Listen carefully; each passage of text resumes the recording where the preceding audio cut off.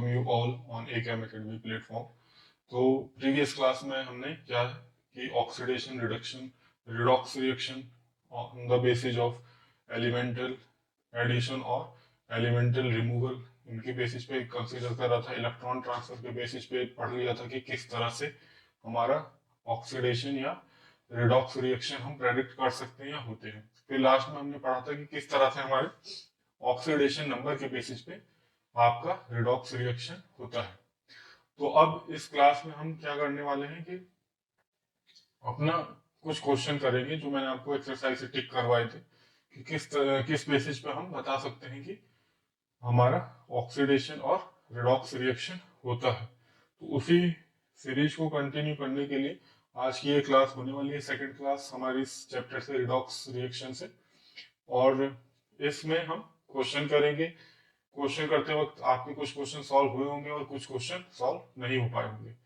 तो इसी कड़ी में हम आज क्वेश्चन अपने करते हैं और देखते हैं कि कुछ और नई बातें हमें इससे जुड़ी हुई क्या ध्यान रखनी चाहिए जब हम रिडॉक्स रिएक्शन, रिडक्शन और ऑक्सीडेशन से रिलेटेड अपने क्वेश्चन कर रहे होंगे। ठीक है, तो जैसा कि आप देख पा रहे होंगे यहाँ पर कि 8.1 एक्सरसाइज में कि आपको पूछा गया था कि assign oxidation number two the underlined elements in each of the following species.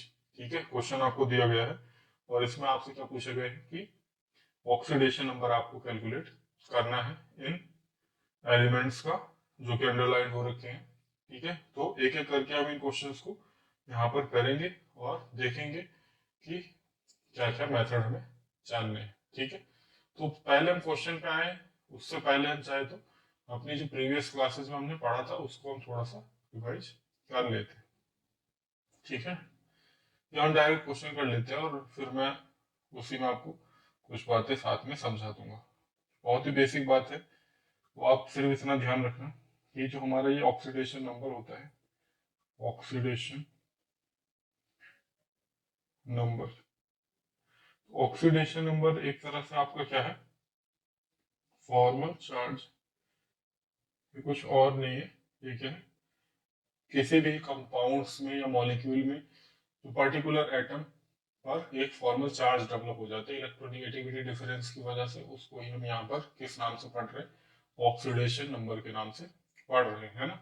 और वो कंप्लीट इलेक्ट्रॉन ट्रांसफर के बेसिस पे हो सकता है आयोनिक कंपाउंड में, या फिर वो क्या हो सकता है कि due to polarisation of electron in polar covalent compounds है, कोवेलेंट कंपाउंड्स के केस में जिसकी इलेक्ट्रोनेगेटिविटी ज्यादा होगी उसके बेसिस पे हम कंसीडर करते हैं, है ना। हेट्रोन्यूक्लियर मॉलिक्यूल्स होना चाहिए आपका। तो एक तरह से क्या हो गया, फॉर्मल चार्ज हो गया। तो इस फॉर्मल चार्ज को या ऑक्सीडेशन नंबर को किस तरह से कैलकुलेट कर सकते हैं वही आज हमने करना है। तो जैसा आप एक्सरसाइज में देख रहे हो तो आपको फर्स्ट क्वेश्चन में दिए हुए हैं। ठीक है, यहाँ पर हम आ जाते हैं। NaH2PO4, इसके लिए हमें कैलकुलेट करना है NaH2PO4। तो हमें इसमें फॉस्फोरस के लिए कैलकुलेट करना है। तो एक जो बहुत ही जनरल मेथड होता है, अगर हम उसको यूज करें तो हमें जिस एलिमेंट के लिए निकालनी होती है ऑक्सीडेशन नंबर, हम उसके लिए एक्स पुट करते हैं, एक्स लेट करते हैं, और बाकी के ऑक्सीडेशन नंबर जो हमें पता होते हैं जनरल, उसका यूज कर लेते हैं। जैसे कि यहाँ पर सोडियम के लिए आपको पता है एल्कली मेटल से, तो इसके लिए हम क्या लिख सकते हैं, +1।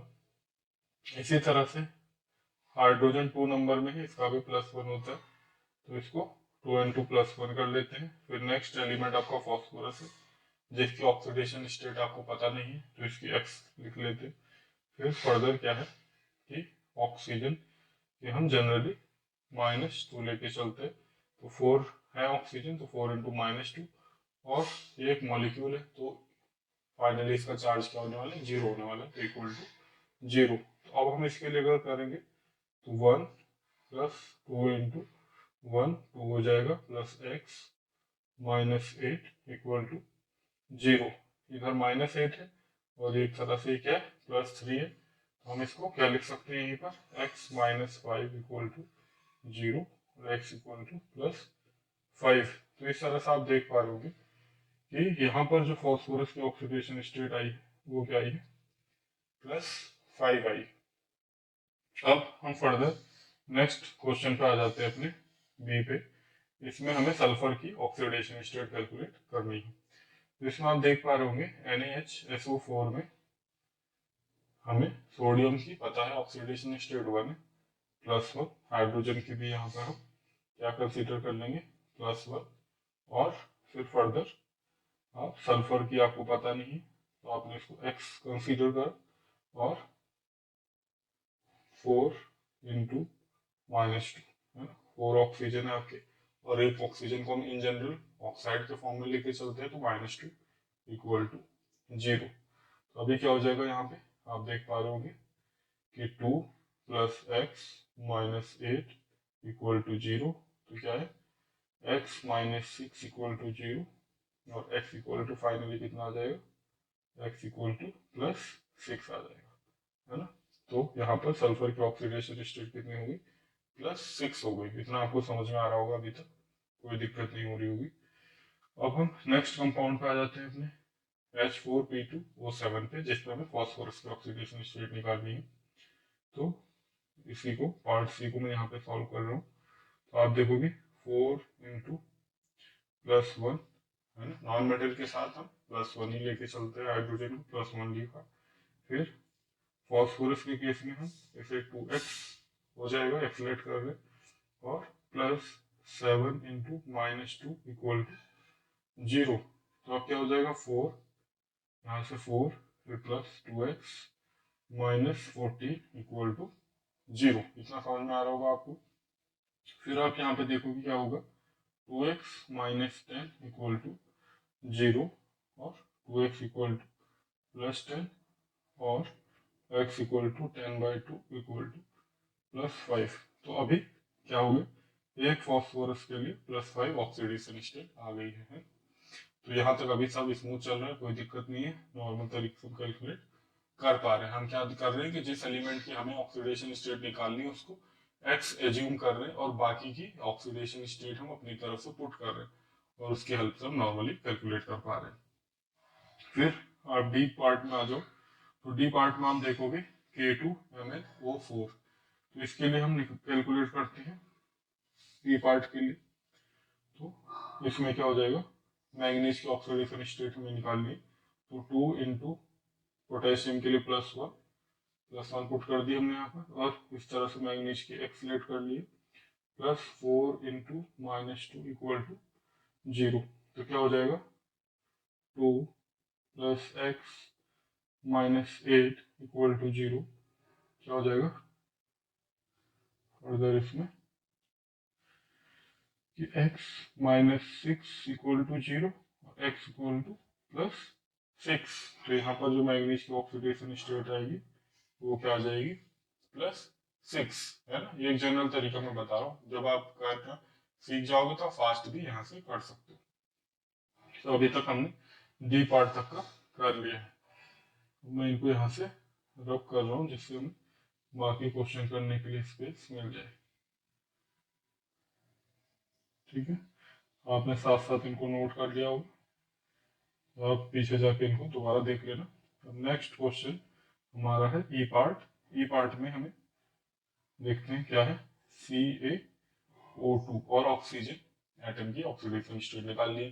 अब कैल्शियम के हमें सेकंड ग्रुप का एलिमेंट है तो हमें पता है इसकी ऑक्सीडेशन स्टेट क्या होती है, +2 होती है। तो इसको हम +2 कंसीडर कर लेते हैं, +2 + 2 इंटू एक्स इक्वल टू 0, है ना। ऑक्सीजन की ऑक्सीडेशन स्टेट हमने एक्स के अभी पुट करी हुई है, हमें कैलकुलेट करनी है इसके लिए। तो क्या हो जाएगा, 2 + 2x इक्वल टू 0। फिर यहाँ पर क्या हो जाएगा, 2x equal to -2, x equal to क्या हो जाएगा, -2/2, तो -1। तो यहाँ पर जो ऑक्सीजन की ऑक्सीडेशन स्टेट है वो -1 है। इसका मतलब ऑक्सीजन अपने किस फॉर्म में यहाँ पर एक तरह से पेरोक्साइड के फॉर्म में एग्जिस्ट कर रहा होगा, है ना। इसके ऊपर क्या आ रहा है,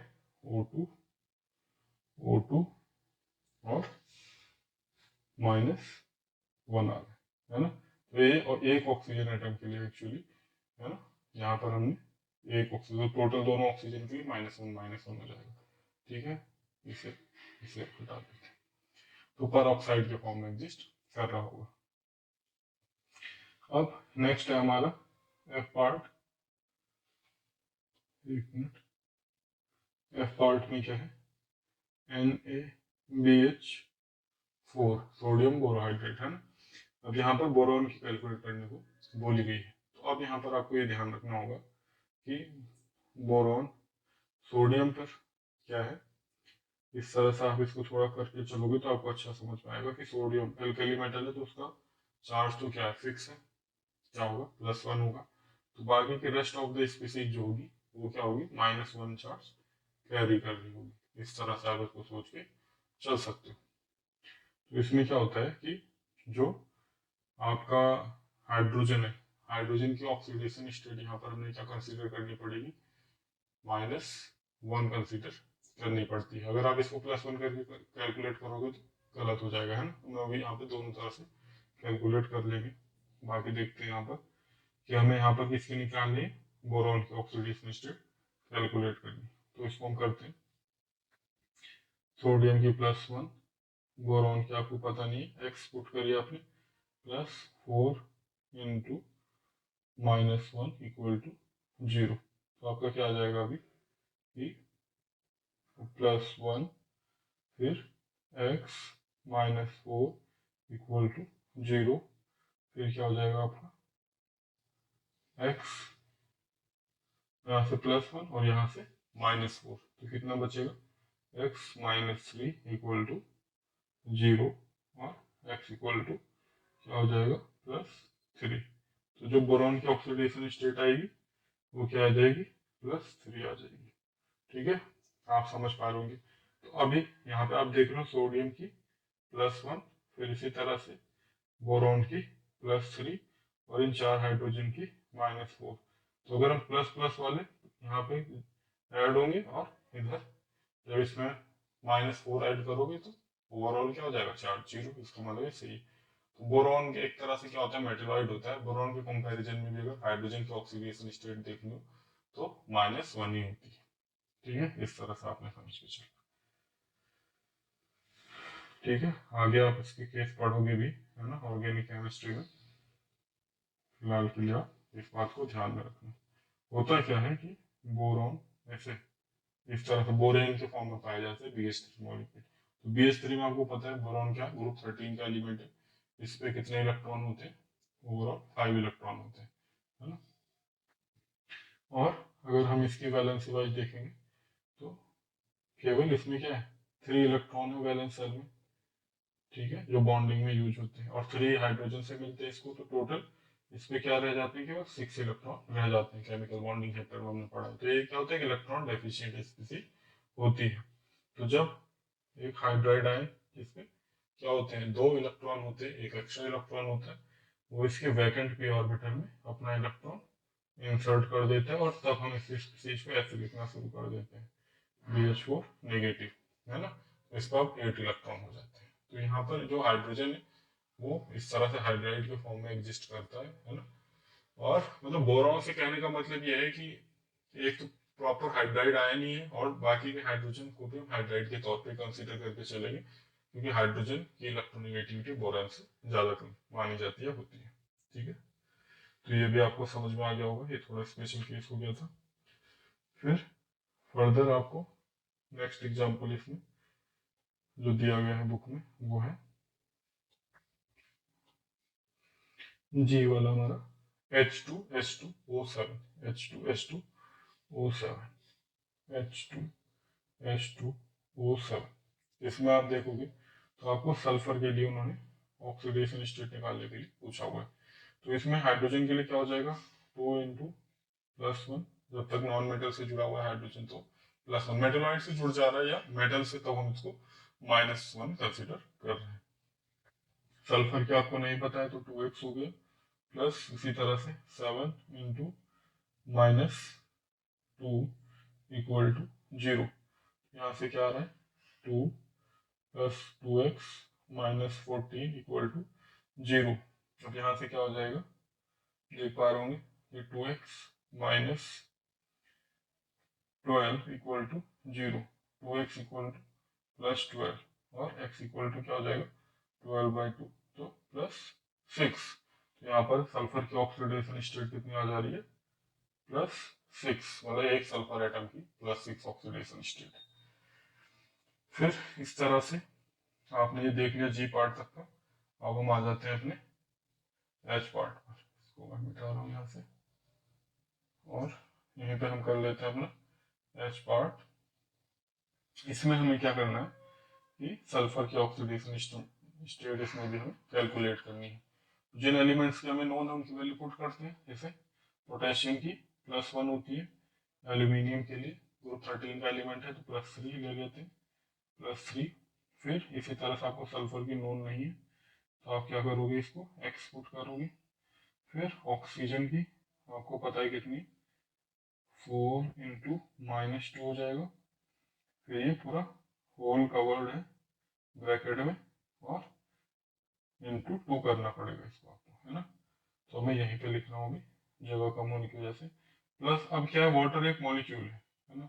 वैसे हम लिख सकते हैं पर ओवरऑल उसमें कैंसिल होके मॉलिक्यूल के हमें पता है ऑक्सीडेशन स्टेट ओवरऑल क्या होती है, 0 होती है। तो हम इसको डायरेक्ट 0 ही कंसीडर कर लेते हैं। तो 12 × 0 अगर आप करोगे तो आना उतना ही है।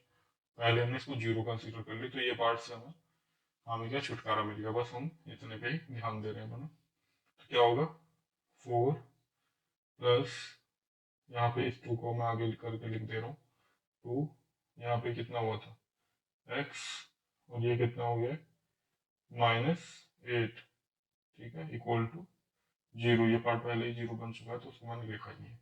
तो अब आप देख पा रहे होंगे 4 + 2x - 16 इक्वल टू 0। इतना समझ में आ रहा होगा आपको। -16 -12 इसको प्लस कर लेना, कितना बच जाएगा -12 इक्वल टू 0। फिर इसी तरह से 2x इक्वल टू +12 और x इक्वल टू क्या हो जाएगा 12/2 इक्वल टू +6। तो ये मैंने पूरी डिटेल में आपको सॉल्यूशन कर दिया। ऑल्दो आप इसे आसानी से कर पा रहे होंगे और जिन बच्चों को दिक्कत आ रही होगी तो वो भी आप पूरे डिटेल में सॉल्यूशन करने पर सीख पा रहे होंगे कि हाँ इस तरह से क्वेश्चन हो रहा है। तो अभी जो 8.1 के क्वेश्चन थे वो हमने आसानी से सॉल्व कर लिए। जस्ट जिन एलिमेंट की हमें नोन नहीं थी वैल्यू उनमें x वैल्यू पुट करके, और जिन एलिमेंट्स की हमें ऑक्सीडेशन स्टेट नोन होता है उनको हमने वैल्यू पुट करी थी। अब हम आते हैं अपने 8.2 में। हम देखते हैं क्या जो ये x वाली वैल्यू का हम यूज कर रहे हैं तो क्या हमारा एग्जैक्ट ऑक्सीडेशन नंबर कैलकुलेट हो पा रहा है, या x वैल्यू पुट करने पर जो हम ऑक्सीडेशन स्टेट निकालते हैं उसमें और हमारी कैलकुलेशन में डिफरेंस आता है ना। आंसर आप जब चेक करने जाते हो जो एग्जैक्ट ऑक्सीडेशन नंबर है और जो आपने एक्स वैल्यू पुट करके करा तो क्या दोनों सेम हो रहे। तो आप हो सकता है कुछ केस आपको ऐसे मिले हो कि आपने जब एक्स वैल्यू पुट करके ऑक्सीडेशन स्टेट निकाली हो तो आपको एग्जैक्ट आंसर नहीं मिला होगा, ठीक है। तो वही हम यहाँ पर सीखने वाले हैं और कुछ इससे जुड़ी हुई बातें जो आज की क्लास की मेन बातें थी हमारे। तो एक एक करके हम सब सीख जाएंगे, है ना, इसीलिए क्वेश्चन करे जा रहे हैं।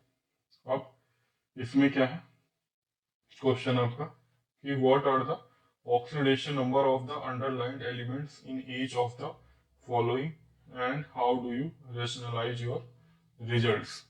तो Ki3H2S4O6, Fe3O4, CH3CH2OH और CH3COOH, इसमें भी आपको अंडरलाइंड एलिमेंट्स के लिए ऑक्सीडेशन स्टेट निकालनी है ना।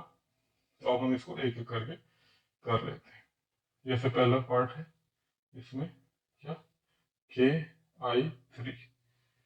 Ki3 तो अब इसमें आपके लिए जो ऑक्सीडेशन स्टेट पूछी गई है वो आयोडीन एलिमेंट्स के लिए पूछी गई है ना क्वेश्चन में। तो हम इसके लिए कर लेते हैं। तो अगर आप नॉर्मल एक्सपुट करके करोगे और नॉर्मल तरीके से सोचोगे तो आप क्या करोगे इसमें कि पोटेशियम की +1 कर दोगे, है ना।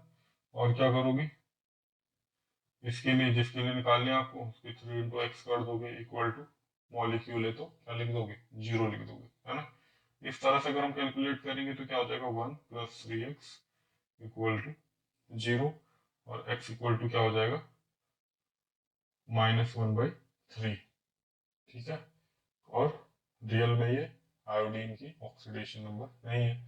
तो अभी हमें एक बात ये भी ध्यान रखनी है कि जो ऑक्सीडेशन नंबर निकलेंगे कैलकुलेट करने पर, किसी भी तरह हम कैलकुलेट कर रहे हो, उनकी वैल्यू कभी भी फ्रैक्शनल नहीं आनी चाहिए। कैसे नहीं आनी चाहिए उनकी वैल्यू फ्रैक्शनल नहीं आनी चाहिए। अगर फ्रैक्शनल वैल्यू आती है तो इसका मतलब हमने कुछ गलत करा है।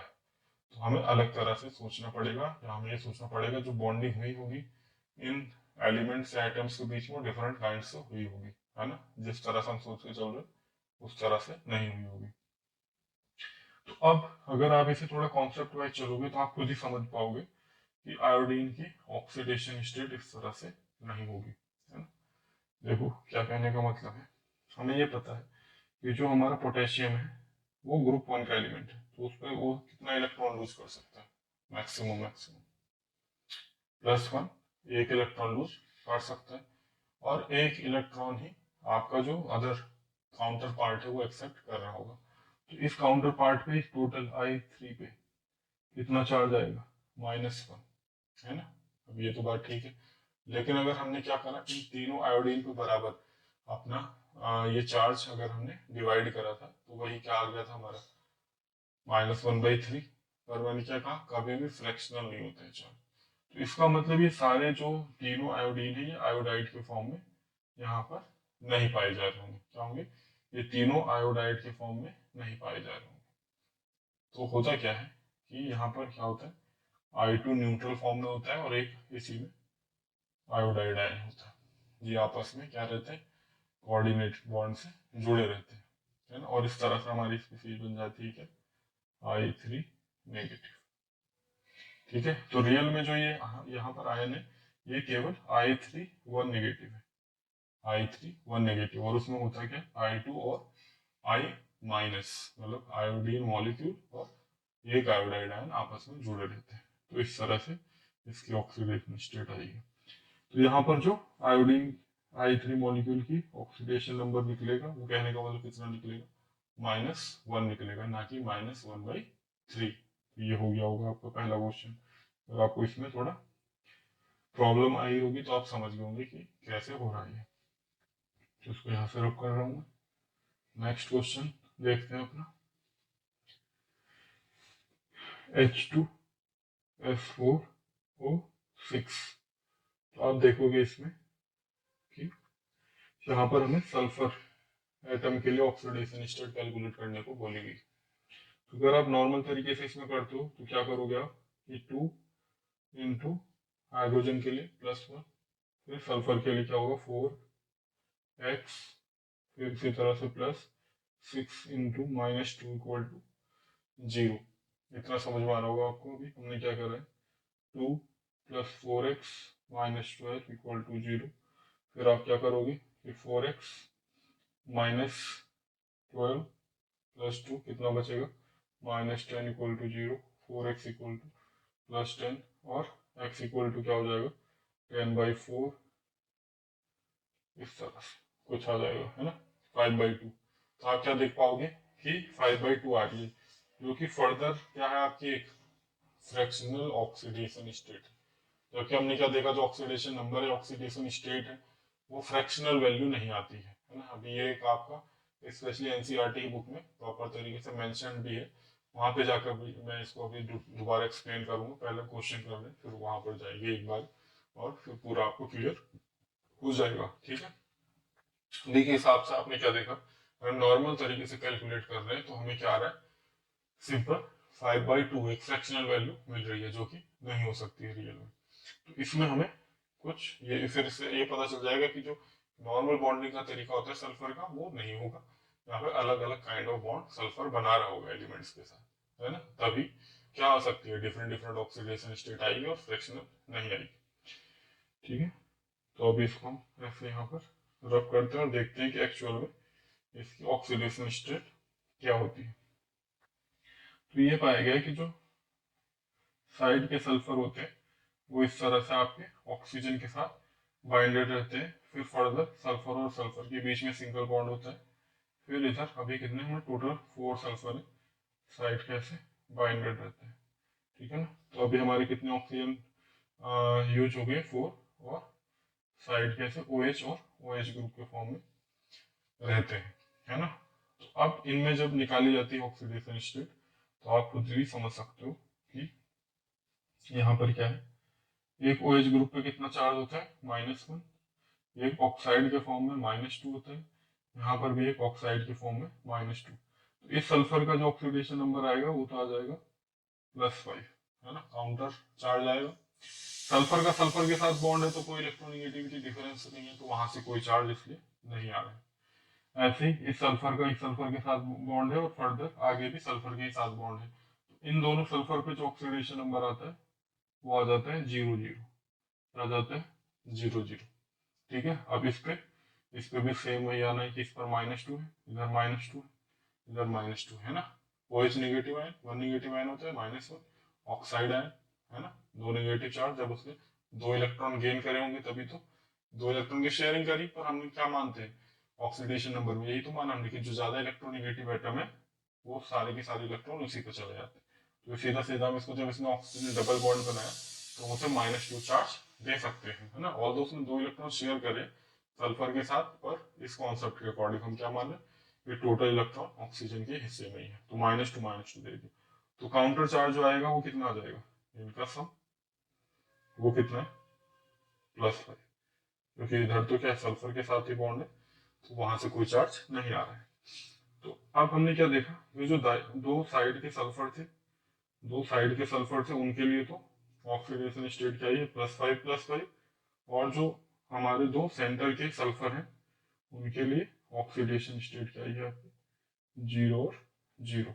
अब आप समझ गए होंगे कि क्यों यहाँ पर क्या हुआ था, 5/2 आ रही थी ऑक्सीडेशन स्टेट, है ना, चारों सल्फर।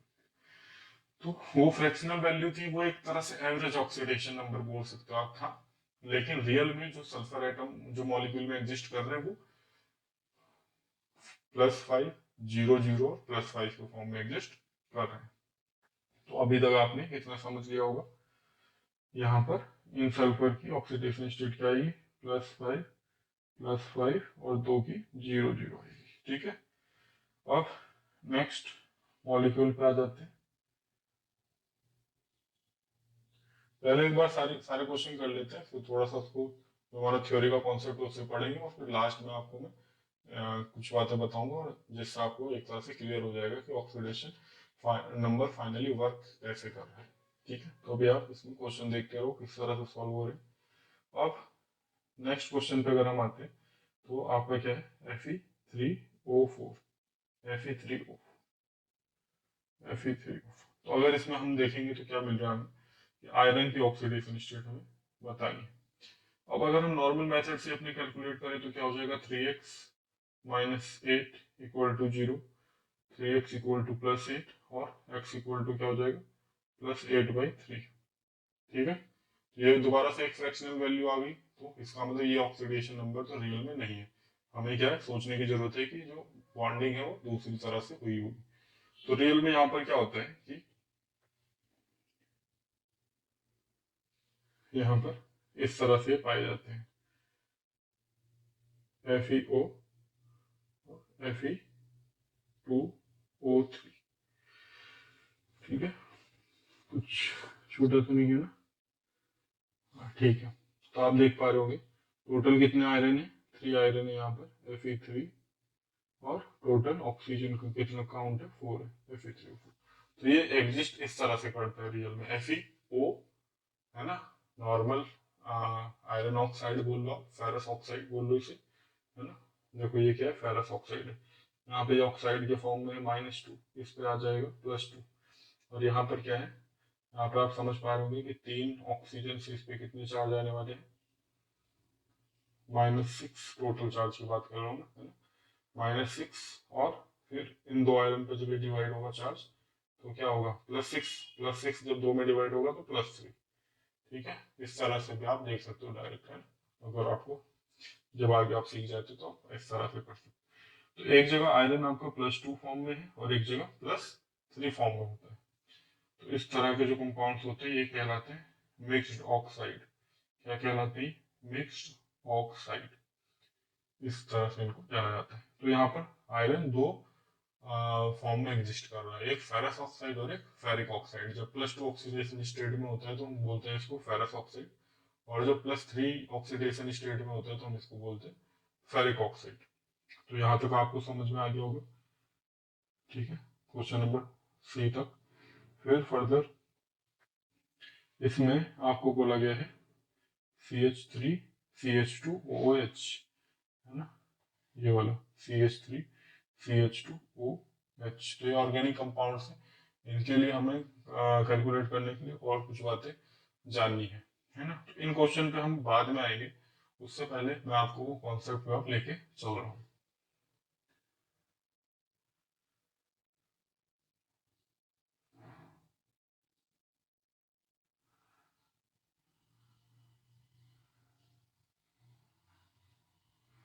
एक मिनट। तो ये देखिए, यहाँ पे अलग से उन्होंने आपको पढ़ा रखा है ना, बताया हुआ है the paradox of fractional oxidation number. ठीक है, किस क्यों फ्रैक्शनल ऑक्सीडेशन नंबर क्यों आ जा रहा है कुछ मॉलिक्यूल्स या कंपाउंड्स के केस में। Whereas sometimes we come across with certain compounds in which the oxidation number of a particular element in the compound is in fraction. Examples are C3O2 where oxidation number of carbon is 4/3. इसी तरह से Br3O8 where oxidation number of bromine is 16/3। अगर हम normal तरीके से calculate करेंगे तो हमें ये वैल्यू मिलने वाली है। And Na2S4O6 where oxidation number of sulfur is 2.5 आ जाएगा। Here we know that the idea of fractional oxidation number is unconvincing to us because electrons are never shared or transferred in fraction। कि अगर हमें fractional oxidation number मिल रही है तो उसका मतलब क्या है, या तो इलेक्ट्रॉन फ्रैक्शन में शेयर हुए हैं या फिर फ्रैक्शन में ट्रांसफर्ड हुए, जो कि रियल में होता नहीं। Where actually this fractional oxidation state is the average oxidation state of the element under examination, and the structural parameters reveal that the element for whom fractional oxidation state is realized is present in different oxidation states। कि actually जो ये fractional oxidation state हम निकाल रहे हैं, ये क्या है, एवरेज ऑक्सीडेशन स्टेट होती है उन एलिमेंट्स की, जो कि आप क्या है, आप डिटरमाइन कर सकते हो on the basis of structural parameter. जब आप उसके स्ट्रक्चर देखोगे, बॉन्डिंग देखोगे कि किस टाइप की बॉन्डिंग है, तब आप समझ पाओगे कि क्यों ऐसा हुआ है। फिर structure of the species C3O2 Br3O8 and S4O6 2 negative reveal the following bonding situations। तो आप देखोगे, अगर हम नॉर्मल तरीके से करेंगे एक्स करके तो ये वैल्यू आएंगी जो यहाँ पर आपने देखी थी, पर अगर हमें प्रॉपर वैल्यू चाहिए तो इस तरह से रियल में बॉन्डिंग होती है मॉलिक्यूल, है ना। तो हम उसी को देखते हैं। तो क्या है कि जो इस तरह से जो ब्रोमीन है, यहाँ पे एक ब्रोमीन तो इस Br3O8 मॉलिक्यूल में, मैं पहले इसका मॉलिक्यूलर फॉर्मूला लिख देते हैं यहाँ पे BrO3 8। तो यहाँ पर क्या हो रहा है कि 3 ऑक्सीजन तो आपके इस तरह से साइड में जुड़े हुए हैं, ठीक है। सेंटर में आपका एक ब्रोमीन है जिसके साथ आपके केवल 2 ब्रोमीन जुड़े हुए हैं, और फिर इस तरह से जो साइड का ब्रोमीन है उस पर आपके 3 ऑक्सीजन एटम जुड़े हुए हैं। अब आपको पता है पीरियोडिक टेबल में सेकंड मोस्ट इलेक्ट्रोनेगेटिव एटम हमारा ऑक्सीजन है। जब ये दो दो के साथ जुड़ रहा है, इसका मतलब हर एक उस पर कितना चार्ज आ रहा होगा, -2 चार्ज आ रहा होगा, है ना। तो इन्हीं का सम यहाँ पर क्या आएगा, एक ब्रोमीन पे +6। फर्दर जो भी नेक्स्ट बॉन्ड बना रहा है ब्रोमीन के साथ, तो उसमें कोई इलेक्ट्रोनेगेटिविटी डिफरेंस नहीं है, तो वहां से कोई चार्ज सेपरेशन क्रिएट नहीं हो, कोई चार्ज नहीं आएगा। तो फाइनली इस ब्रोमीन की ऑक्सीडेशन स्टेट क्या हो चुकी है, +6 हो चुकी है। यहाँ तक समझ में आ गया होगा आपका। इस कॉर्नर वाले ब्रोमीन के लिए भी सेम वही होने वाला है, यहाँ पे -2 -2 -2, क्योंकि इन ऑक्सीजन ने क्या बना रखे, डबल बॉन्ड बना रखे हैं। तो इनके हिस्से में हम ये मानेंगे कि कंप्लीटली 2 इलेक्ट्रॉन आ गए हैं। तो उसी के काउंटर चार्ज +6 यहाँ पर इस ब्रोमीन के लिए आ जाएगा। फिर इस सेंटर वाले ब्रोमीन से इलेक्ट्रॉन नेगेटिविटी कोई डिफरेंस नहीं, तो इस यहाँ से कोई चार्ज नहीं आ रहा है। अब इस सेंटर वाले ब्रोमीन की अब हम बात करें तो इस पे केवल कितने ऑक्सीजन लगे हुए हैं, केवल 2 ऑक्सीजन आपको यहाँ पे लगे दिख रहे हैं। जिनकी वजह से क्या होगा, -2 और यही इनका सम +4 आ जाएगा, है ना। इन साइड वाले ब्रोमीन के साथ सिंगल बॉन्ड बनाया हुआ है सेंटर वाले ब्रोमीन ने, और वहां से कोई इलेक्ट्रोनेगेटिविटी डिफरेंस नहीं है, तो कोई चार्ज नहीं आ रहा है। तो फाइनली सेंटर वाले के हिस्से में +4। तो हमने क्या देखा, 3 काइंड ऑफ ब्रोमीन थे यहाँ पर, 2 ब्रोमीन की तो +6 आई है, और थर्ड ब्रोमीन के लिए क्या आई है, +4 आई है। तो तीनों ब्रोमीन के यहाँ पे सेम नहीं है। अगर हम तीनों ब्रोमीन के लिए सेम देने की कोशिश करेंगे तो हमें जो ऑक्सीडेशन स्टेट है वो अपने आप ही क्या मिलने वाला है, फिर एक फ्रैक्शन में मिलेगा। सॉरी, यहाँ पे 16/3। आप समझ गए होंगे 16 कहाँ से आ रहा है, ये दोनों तीनों ब्रोमीन का ऑक्सीडेशन नंबर का सम है एक्चुअली। ये +6 और +4, यही सम क्या आ रहा है, 16 आ रहा है ना। और वो ओवरऑल चार्ज हम किस में डिवाइड कर रहे थे, 3 ब्रोमीन के बीच में डिवाइड कर रहे थे, तो इसलिए ऑक्सीडेशन स्टेट एक नॉर्मल तरीके से जो हमने कैलकुलेट करी तो कितनी आई थी, 16/3 आई थी। लेकिन रियल में जब हम स्ट्रक्चर से डिटरमाइन कर रहे हैं तो हमें क्लियर कट पता चल रहा है कि जो हमारे यहाँ पे तीनों ब्रोमीन है वो सेम इन्वायरमेंट में नहीं है। सेंटर वाला ब्रोमीन केवल 2 ऑक्सीजन के साथ कनेक्टेड है, और साइड वाले ब्रोमीन है वो 3 ऑक्सीजन के साथ कनेक्टेड है। तो इसलिए इनकी ऑक्सीडेशन स्टेट भी क्या डिफर करेगी या कर रही है। इसी तरह से आपकी C3O2 मॉलिक्यूल के केस में आप देखोगे कि जो साइड के 2 कार्बन है ये तो क्या है, ऑक्सीजन के साथ बाइंडेड है, और जो हमारे जैसे सेंटर वाला कार्बन है ये केवल कार्बन के साथ ही बॉन्ड बना रहा है। तो इनके साथ तो क्या आ गया, इन ऑक्सीजन की वजह से, एक मिनट मैं मिटा रहा हूँ,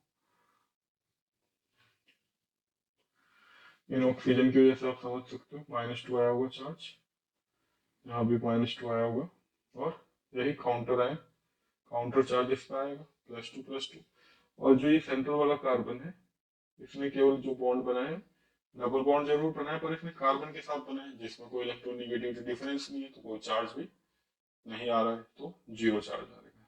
इसकी ऑक्सीडेशन क्या हो जाएगी, 0 हो जाएगी।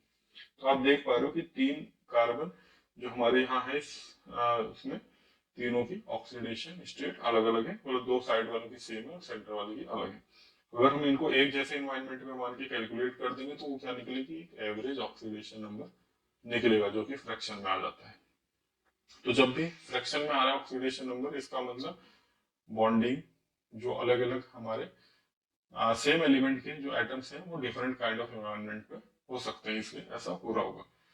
और ये केस आपका S4O6 नेगेटिव का, ये मैंने आपको बहुत ही अच्छे से करा दिया है यहाँ पर, है ना। इसी से मिलता जुलता हमारा एग्जाम्पल था वो, क्या, H2S4O6। तो आप देख पा रहे हो यहाँ पर ये सेंटर वाले सल्फर कुछ इस तरह से बाइंडेड है, इसलिए इनके 0 0 आई है, और साइड वाले आपके किसके साथ बाइंड थे, आपके किसके साथ बाइंड थे, ऑक्सीजन के साथ, है ना। 3 ऑक्सीजन के साथ बाइंडेड थे, तो ये O नेगेटिव है, यहाँ पे हमने OH लिखा था उस केस में, यहाँ पर रियल में क्या है, इस तरह से सोडियम आयन प्रेजेंट है। ठीक है, तो आप समझ पा रहे क्यों इस तरह से ऑक्सीडेशन स्टेट डिफर करती है। तो अब आपको जो मेन बात ध्यान में रखनी है वो ये है कि in general we can conclude that the idea of fractional oxidation state should be taken with care and the reality is revealed by the structures only. Further, whenever we come across with fractional oxidation state of any particular element in any species, we must understand that this is the average oxidation number only.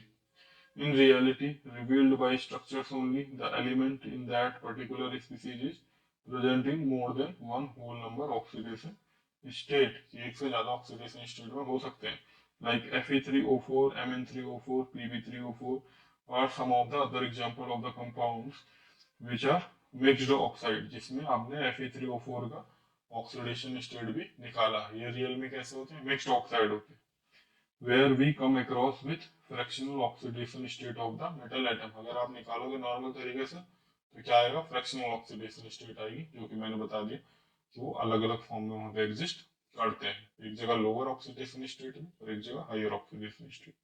अरे however the oxidation states may be in fraction as in O2 plus है, ये special cases हो गए, और O2 1 negative है, well oxidation state is plus half and minus half respectively. पर normal cases में आपका क्या है, जब भी कोई एक बड़ा सा आयन है, कॉम्प्लेक्स आयन है, तो वहां पर ऑक्सीडेशन स्टेट फ्रैक्शन में आ रही है, इसका मतलब डिफरेंट काइंड ऑफ बॉन्डिंग हुई है और हमें अलग तरह से सोचने की जरूरत है। ठीक है, तो यहाँ तक आपने समझ लिया होगा इस कॉन्सेप्ट को कि क्यों हमारी फ्रैक्शनल ऑक्सीडेशन स्टेट आ जाती है और क्यों वो एग्जैक्ट वैल्यू नहीं है, वो एक एवरेज ऑक्सीडेशन स्टेट या ऑक्सीडेशन नंबर है। तो अब हम दोबारा से इन क्वेश्चंस को देख सकते हैं अपना CH3 CH2OH वाले एग्जांपल्स को भी, और यहाँ तक के पार्ट तो आपको समझ में आ गया होगा। तो अब यहाँ पर भी देख लेते हैं। तो इनको कैलकुलेट करने के लिए ऑर्गेनिक कंपाउंड्स में आप इनका कंप्लीट थोड़ा ओपन स्ट्रक्चर लिख दो तो आप बेहतर तरीके से कर सकते। जिससे कार्बन है, इस पे क्या है, इस कार्बन पे, फर्स्ट कार्बन पे, और उसको फर्स्ट कार्बन मान लेते हैं, इसको सेकंड। यहाँ पे 3 हाइड्रोजन इस तरह से लगे हुए हैं। फिर नेक्स्ट यहाँ पर हाइड्रोजन लगे हुए हैं और इस तरह से यहाँ पर हाइड्रोजन लगा हुआ है ऑक्सीजन पे। तो अब हमें अगर इसकी ऑक्सीडेशन स्टेट निकालनी है तो हम क्या करेंगे, साइड वाले आइटम्स के चार्ज लिखना शुरू कर देते हैं, ऑक्सीडेशन नंबर लिखना शुरू कर देते हैं। तो हाइड्रोजन को अगर कार्बन के कंपैरिजन में देखा जाए तो कार्बन एक नॉन मेटल है, नॉन मेटल से सभी हाइड्रोजन क्या होते हैं, पॉजिटिव चार्ज दिखाने वाले हैं, है ना। तो इसको हम क्या मानेंगे कि ये +1 और इसकी भी ऑक्सीडेशन स्टेट +1। ऐसे यहाँ पर इस कार्बन के लिए अगर हम बात करें, है ना, दोनों ही कार्बन के लिए, क्योंकि हमें निकालने हैं ऑक्सीडेशन नंबर, तो इसकी भी +1, इसके लिए भी +1 लिख लेते हैं। और जो ये ऑक्सीजन है इसकी कितनी होगी, एक बॉन्ड इधर बनाया हुआ है इसने कार्बन के साथ और एक इधर बनाया हुआ है। तो अभी इस ऑक्सीजन को रहने देते हैं, हम कार्बन इस वाले फर्स्ट कार्बन पे फोकस करते हैं। तो अब आप क्या देख रहे हो, यहाँ पे +1 है, यहाँ पे +1 है, यहाँ पे +1 है। तो इधर से कितना चार्ज जाने वाला है कार्बन पे, हाइड्रोजन को देखें, केवल 3 हाइड्रोजन को, तो -3 चार्ज जाएगा, है ना, अपोजिट चार्ज जाएगा। यहाँ पे +3 हो गया तो उधर -3। अब इस वाले कार्बन पे जब हम देख रहे हैं, इस वाले कार्बन, तो कार्बन कार्बन के बॉन्ड के हिसाब से देखें तो यहाँ पर इलेक्ट्रोनेगेटिविटी डिफरेंस नहीं है। पर इसमें एक बात जो हमें ध्यान रखनी है वो ये कि ये कार्बन आपका फर्दर ऑक्सीजन से जुड़ा हुआ है, जो कि इसको क्या करता है, मोर इलेक्ट्रोनेगेटिव स्पीसीज ओवरऑल बना देता है। तो अब ये इसके लिए एक तरह से इसके एक इलेक्ट्रॉन को अपनी तरफ खींच लेगा, इस कार्बन के हिस्से के एक इलेक्ट्रॉन को। एक सिंगल बॉन्ड 2 इलेक्ट्रॉन से बना है ना, तो एक तो इस कार्बन का खुद का ही है और दूसरा इस कार्बन का था, जो कि इससे दूर चला जाएगा हमारे इस वाले कार्बन पे, दूसरे वाले कार्बन, है ना, इस वाले कार्बन की बात कर रहा हूँ, यहाँ से खींच के इधर की तरफ चला जाएगा। तो अब क्या होगा, -1 चार्ज तो इस पर डेवलप होगा इस वाले कार्बन पे, और यहाँ पे क्या देंगे, +1। तो हमारे इस कार्बन की जो ऑक्सीडेशन स्टेट आएगी फाइनली, वो आ जाएगी कितनी, -3 +1 करके -2, कितनी आ जाएगी, -2। होपफुली आप समझ पा रहे होंगे। और फिर इसी तरह से इस कार्बन पे हम आ जाते हैं। तो इस कार्बन के लिए आप देखो, ये हाइड्रोजन की +1, इस हाइड्रोजन की +1, ठीक है, और ये क्या है, सिंगल बॉन्ड के साथ ऑक्सीजन के साथ बाइंडेड है। तो इस ऑक्सीजन ने क्या करा होगा, इसका इलेक्ट्रॉन अपनी तरफ खींच लिया होगा, तो इस ऑक्सीजन पे भी -1 देना पड़ेगा। इस कार्बन की वजह से क्या देना पड़ेगा, हमें इसे -1 चार्ज देना पड़ेगा।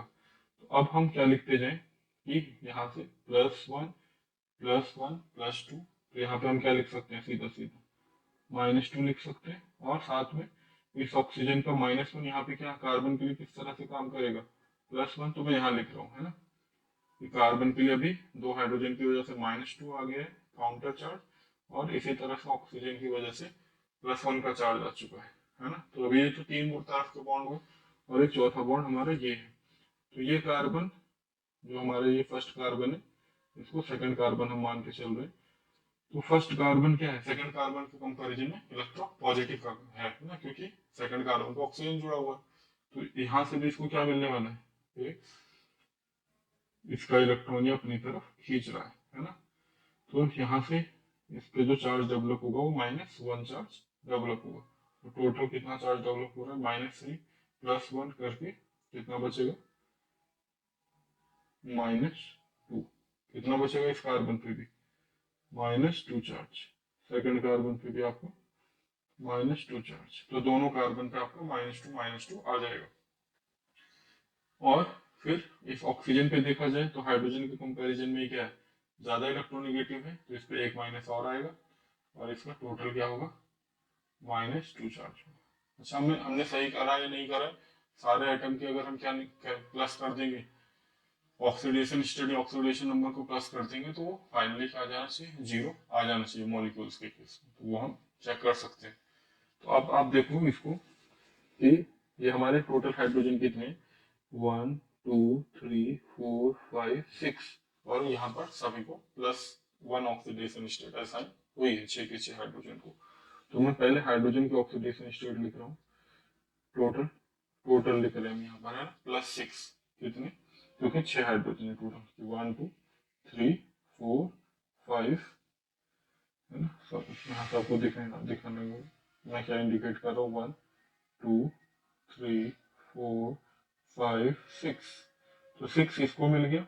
फिर इसी तरह से हमारे दो कार्बन है जिनको टोटल सम के तौर पे हम देखें तो कितना मिल गया है, -4 मिल गया है ना, ये 2 कार्बन की वजह से है और ये आपके 6 हाइड्रोजन की वजह से चार्ज है। टोटल चार्ज की बात कर रहा हूँ क्योंकि हमें टोटल चार्ज ही देखना है पूरे मॉलिक्यूल में।